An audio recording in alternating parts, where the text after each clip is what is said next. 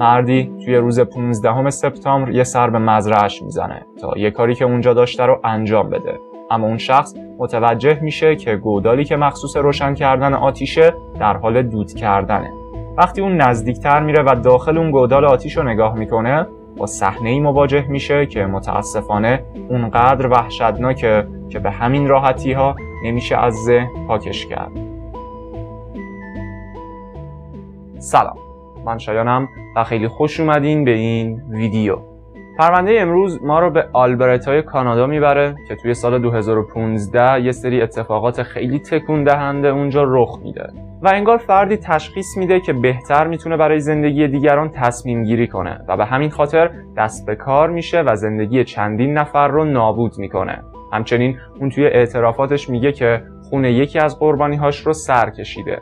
اما قبل از اینکه بریم سراغ پرونده، ازتون میخوام که اگه هنوز عضو کانال نشدین لطفاً یه ثانیه وقت بذارین و کانال یوتیوب رو سابسکرایب کنید و زنگوله کنارش رو فعال کنید. و حالا موقعشه که بریم سراغ پرونده.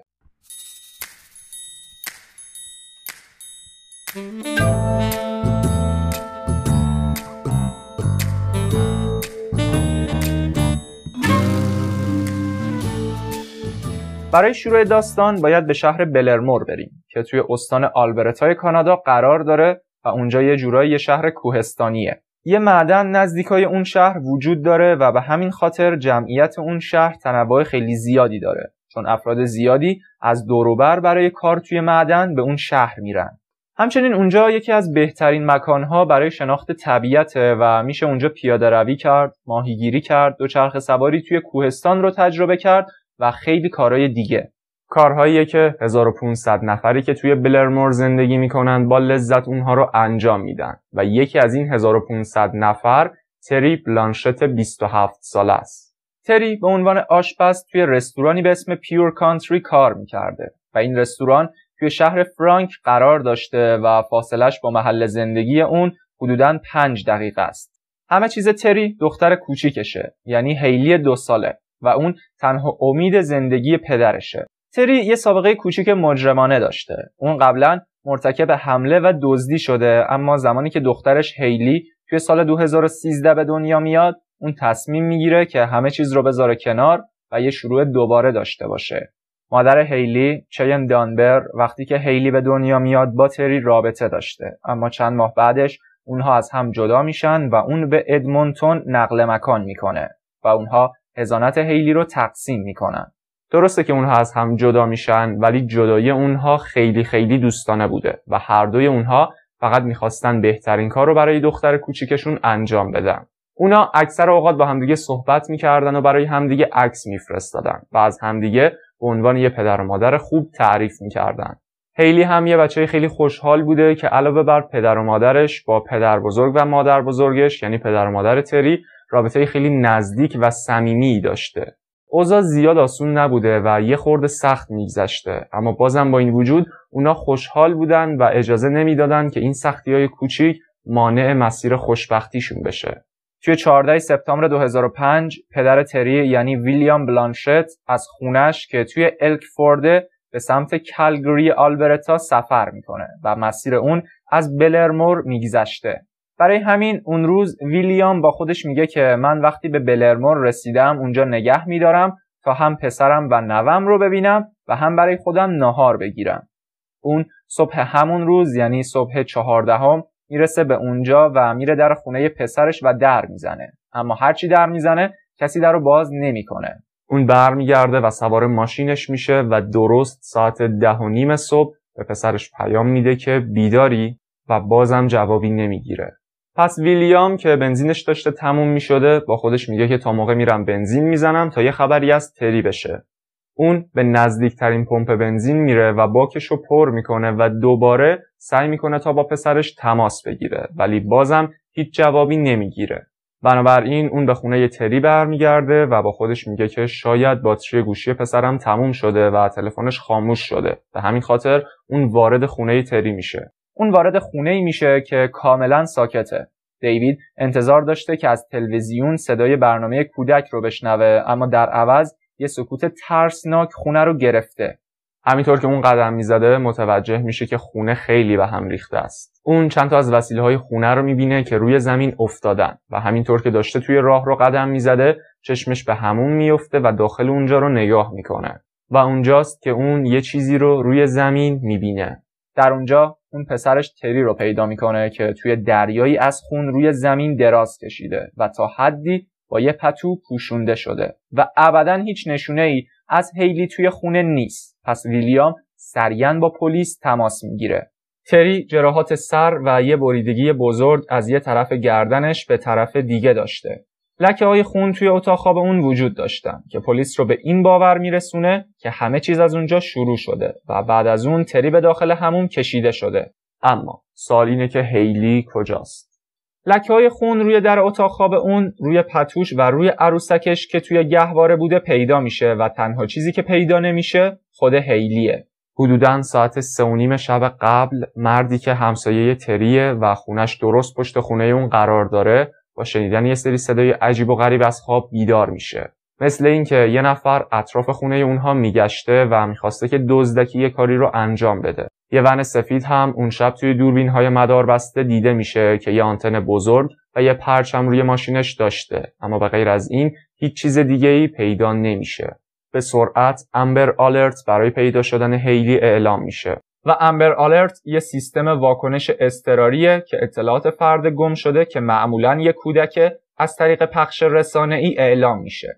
امبر آلرت توی استان آلبرتا و ساسکاچوان کانادا و همچنین توی ایالت مونتانای آمریکا اعلام میشه، چون پلیس کانادا نگران این بوده که هر کس که هیلی رو دزدیده اون رو از کشور خارج کنه و به آمریکا فرار کنه. بعداً امبر آلرت به روز رسانی میشه و مشخصات اون ون سفید با یه آنتن به توضیحات اضافه میشه تا هر جایی که اون دیده بشه سریعاً جلوش گرفته شه.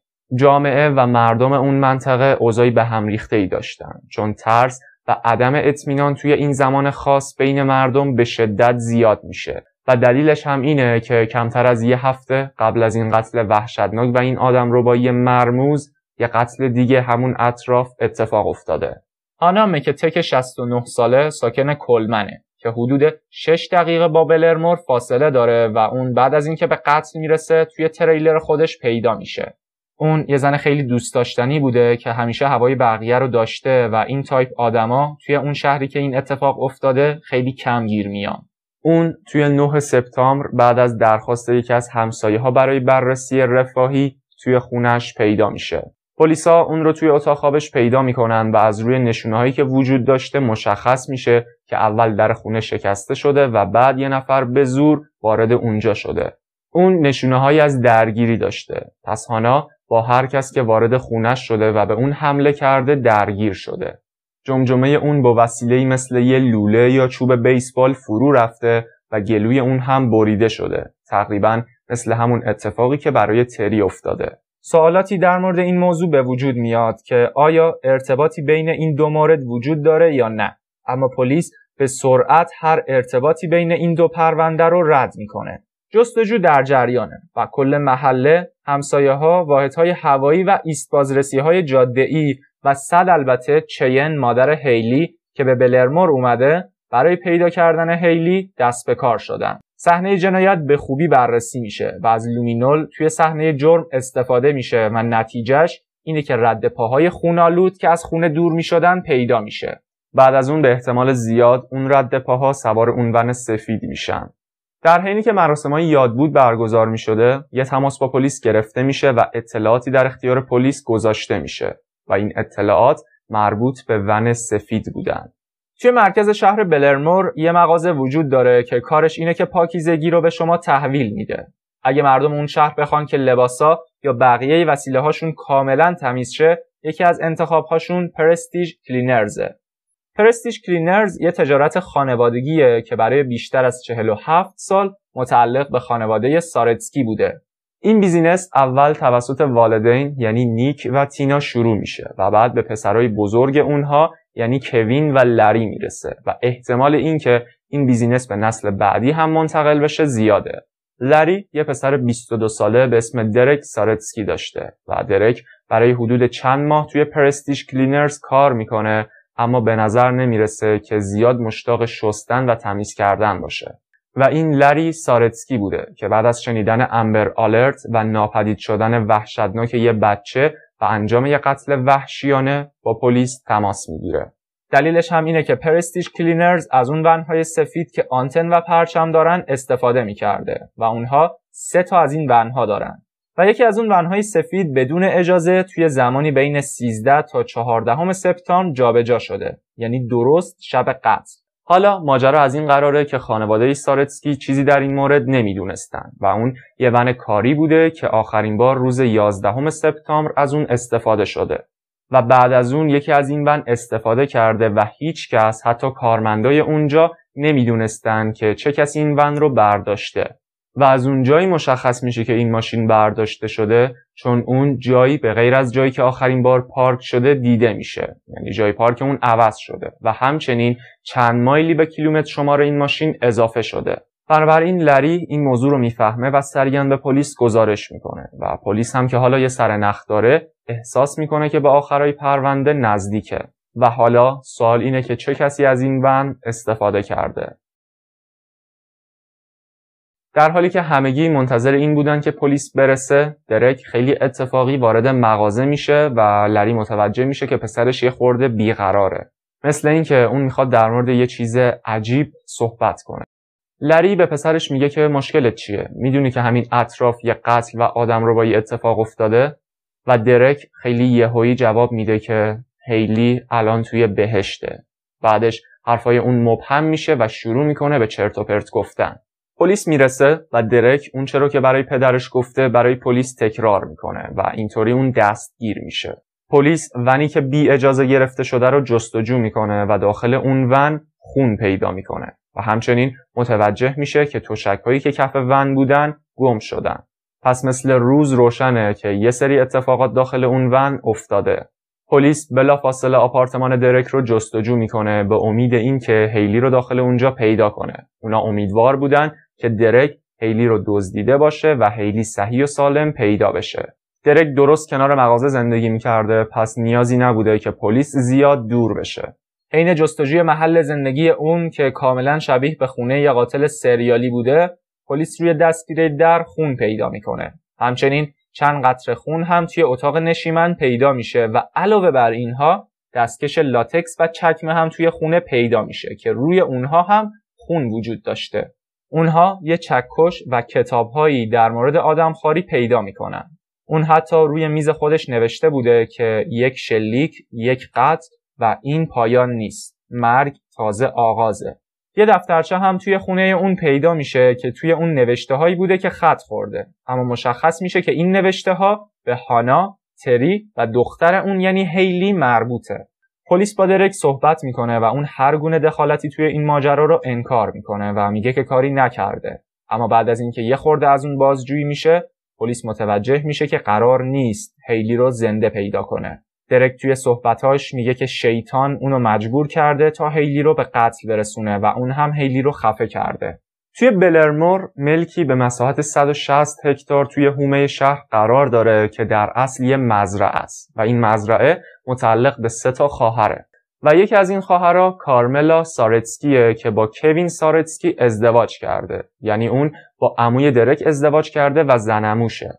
کارملا یه پسر داره به اسم شین که میشده پسرعموی درک و اون توی 13 سپتامبر توی مزرعه بوده. شین وقتی که کارش توی مزرعه تموم میشده و داشته میرفته، اول از همه کاملا مطمئن میشه که اون گودالی که مخصوص روشن کردن آتیشه خاموشه و هیچ چیزی داخل اون نیست و دود نمیکنه. اون میره و 2 روز بعد یعنی 15 سپتامبر دوباره به مزرعه برمیگرده و اون از تمام اتفاقاتی که توی خونه بلانشت افتاده و امبر آلرت خبر داشته و به این دلیل دوباره به مزرعه برمیگرده چون چند روز پیش که توی مزرعه بوده یه چیزی جا گذاشته و حالا اومده تا اون وسیلش رو برداره و در حالی که اون توی ملکشون بوده متوجه میشه که از اون گودال آتیش داره دود بلند میشه. اون آخرین باری که مزرعه رو ترک کرده کاملا مطمئن شده که اون گودال آتیش خالی و خاموشه و هیچ کس دیگه‌ای هم اونجا نبوده که از اون گودال آتیش استفاده کنه.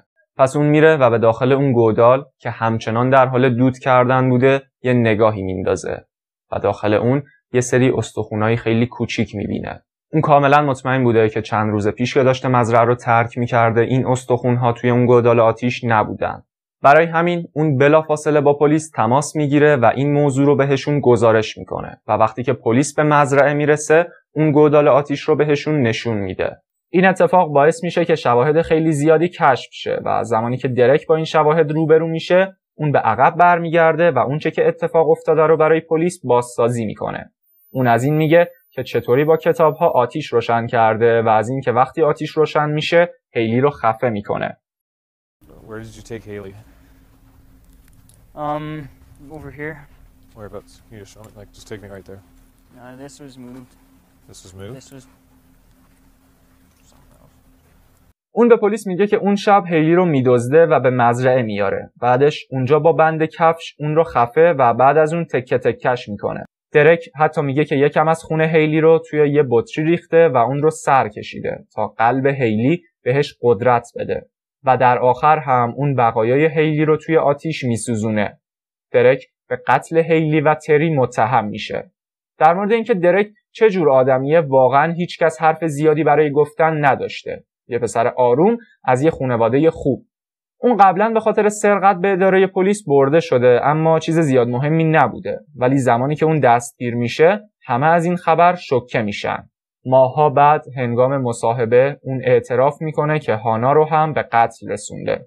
اون قبل از اینکه اعتراف کنه هم توی لیست مظنونین برای پرونده هانا قرار داشته به خاطر اینکه اسم هانا توی دفترچش پیدا شده. و در مورد انگیزه، به غیر از اینکه اون یه جامعه ستیزه، اون گفته که احساساتی نسبت به چین دانبر داشته، یعنی مادر هیلی.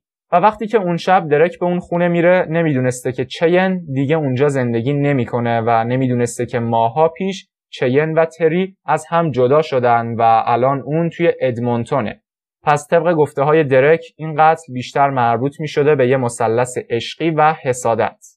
درک ادعا میکنه که با چین قرار میذاشته، اما واقعا راست میگه؟ جوابش اینه که نه. چین توی جلسه محاکمه میگه که آره، ما مدت کوتاهی بعد از تولد هیلی با هم دیگه دوست بودیم و چند باری هم با هم بیرون رفتیم، ولی فقط همین و هیچ وقت موضوع عاشقانه نشده. اونا برای حدود 5 ماه با هم دیگه دوست بودن و هر از چنگایی بیرون میرفتن، ولی هیچ اتفاق خاصی بین اونها نیفتاده. اما به نظر میرسه که درک در مورد این موضوع احساس دیگه ای داشته. در واقع درک میگه که انگیزه اون از همون اول قتل تری بوده، چون اون معتقده که تری از چین سوء استفاده میکرده. حتی اون گفته که یه بار تری بدجوری بهش نگاه کرده. و در مورد هیلی، اون عکس‌های هیلی رو توی شبکه‌های اجتماعی میدیده و از روی این عکس‌ها تشخیص داده که هیلی از زندگی با پدرش راضی نیست. پس به نظر درک بهتر بوده که هیلی بمیره. و هانا هم فقط برای تمرین کشته شده و این چیزیه که درک میگه. اون میگه که به این دلیل هانا رو انتخاب کرده تا هم یه تمرینی داشته باشه و همین که فکر میکرده که کسی دلش برای اون تنگ نمیشه و هانا برای کسی مهم نیست. درک زمانی که توی بازداشت بوده سعی میکنه که خودکشی کنه و میره توی کما، اما بعد از چند وقت بهبودی کامل پیدا میکنه و کاملا حالش خوب میشه. اون بعداً و دوباره به خاطر گرسنگی بیش از حد به بیمارستان منتقل میشه. در نهایت تشخیص داده میشه که اون صلاحیت محاکمه رو داره و توی ژوئن 2017 درک سارتسکی به خاطر 3 مورد قتل درجه 1 مجرم شناخته میشه. درک سارتسکی توی آگوست 2017 به خاطر قتل هانا مکتک، تری بلانشت و هیلی دانبر بلانشت به 75 سال زندان بدون آزادی مشروط محکوم میشه. درک هنگام صدور حکم هیچ احساسی از خودش نشون نمیده، با اینکه این یکی از قوی ترین حکم‌های کاناداست.